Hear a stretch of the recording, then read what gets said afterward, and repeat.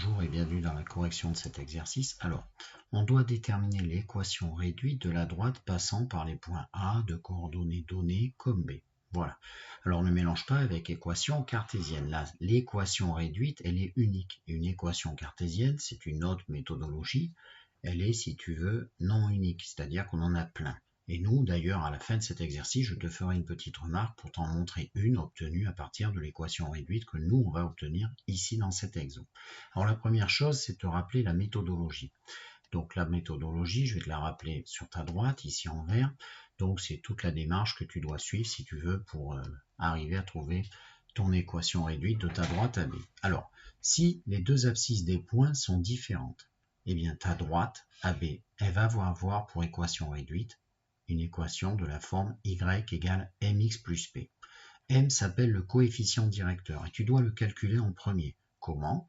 Tu fais la différence des ordonnées des deux points sur la différence de leur abscisse. Si tu as commencé par B ici, eh bien tu finis par A, ou alors tu commences par A et tu enlèves les coordonnées de B, mais tu es cohérent avec le départ que tu fais ici. Tu commences par YB, tu mets ici XB. D'accord? Tu ne mets pas XA. Voilà.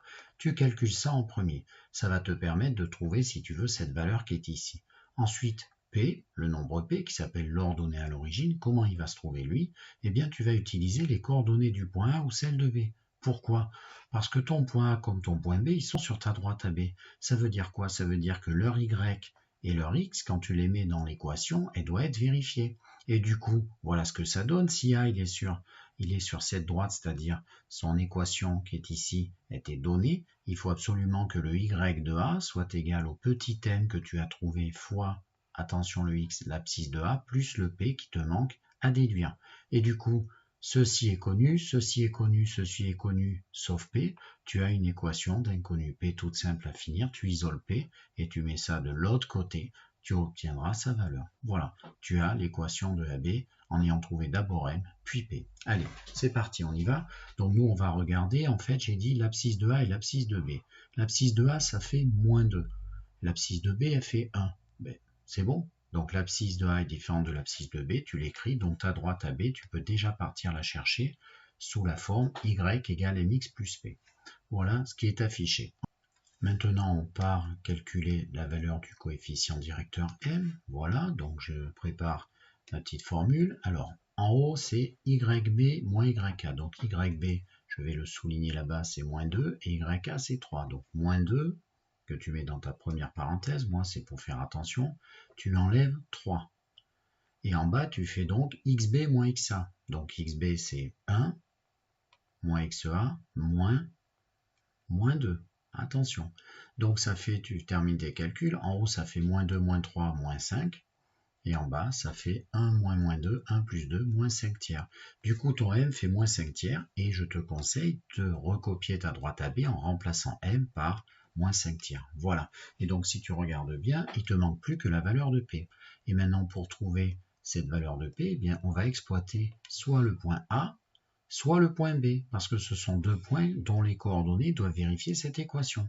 Alors moi, comme ici je t'ai dit de prendre A, ben tu sais quoi, on va prendre B. C'est pour te montrer que ça n'a aucune importance. Donc tu l'écris, mon point B de coordonnées 1, moins 2, il appartient à la droite AB.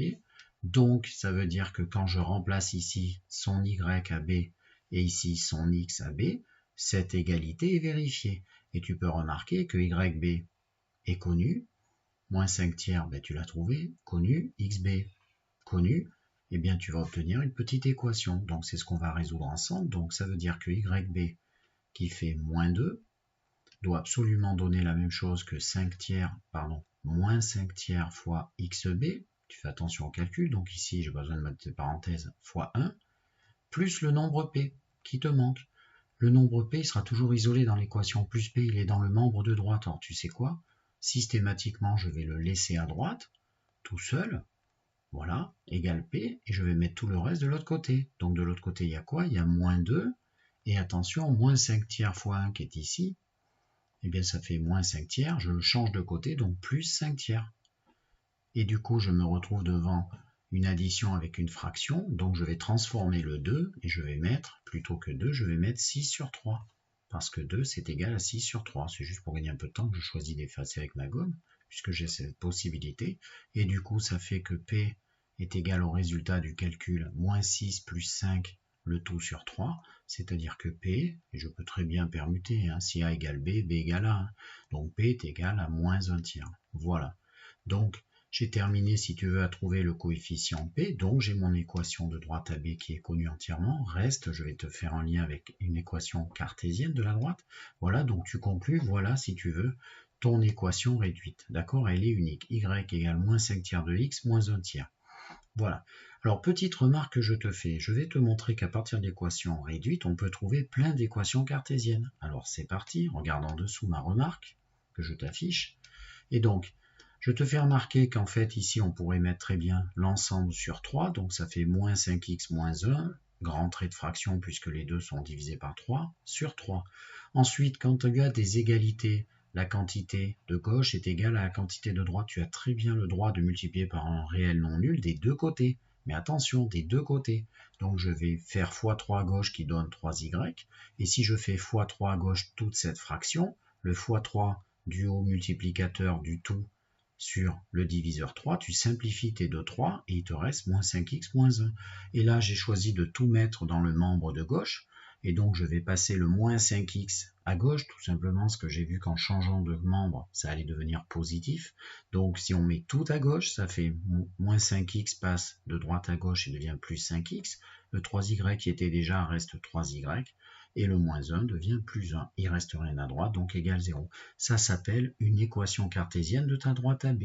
Voilà. Si tu en voulais une autre, et c'est pour ça qu'il y en a une infinité d'équations cartésiennes, contrairement à réduite, eh bien il suffit de faire par exemple fois n'importe quel coefficient que tu veux. Par exemple, fois 10, 50x plus 30y plus 10 égale 0 fois 10, 0, c'en est une autre. Tu peux, si tu veux, multiplier par 2 seulement.